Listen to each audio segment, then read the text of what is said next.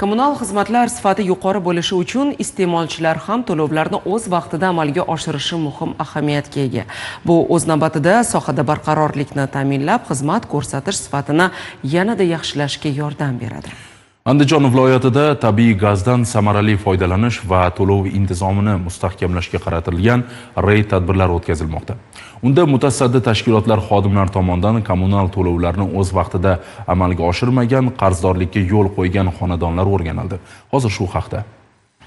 Oltinko'l tumani hududida tabiiy gazdan 23 mingdan ziyod aholi xonadonlari foydalanadi. Biroq ayrim iste'molchilar tomonidan foydalanilgan gaz uchun to'lovlarni o'z vaqtida amalga oshirmaslik holatlari ham uchrab turibdi. Olib borilgan nazorat reyd tadbirlari va xo'jaliklar kesimida o'tkazilgan xatlov ishlari natijasida oy boshidan buyon 750 million so'm mablag' undirildi. Shu bilan birga hozirda 115 ta xonadonda qarzdorlik saqlanib qolmoqda. Ularning umumiy qarzi 1 milliard 200 million so'mni tashkil etadi. Bu esa muammoning hali to'liq bartaraf etilmaganini ko'rsatadi. Qarzdorligi xonadonlarga borib, manzilli holatda har bir xonadonni qarzdorligi bo'lgan xonadonlarni tabiiy gaz tarmog'idan ajratilib, NIF xodimlari tomonidan xonadonlar xatlovdan o'tkazilib, qarzdorliklar hisobidan mol-mulkiga qaratilmoqda.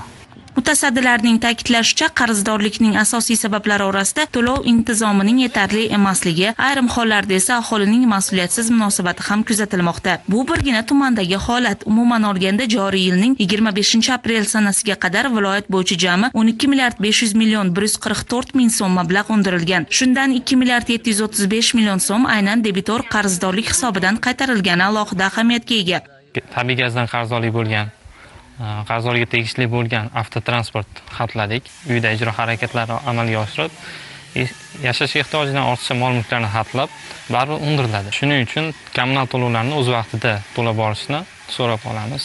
Hududlar kesimida ijobiy natijalar qayd etilmoqda. Xususan, Oltinko'l tumanida 260 million so'm, Andijon tumanida 235 million so'm, Xo'jobod tumanida esa 287 million so'm debitor qarzdorlik qisqartirilgan. Mutaxassislarning fikricha, bunday manzilli ishlar nafaqat qarzdorlikni kamaytiradi, balki aholi o'rtasida to'lov madaniyatini shakllantirishga ham xizmat qiladi. Nazorat tadbirlari esa bu boradagi ishlarni yanada kuchaytirishga qaratilgan. Gulzira Rustamova, Nasibilot Turjonov, Zamon informatsion dasturi uchun.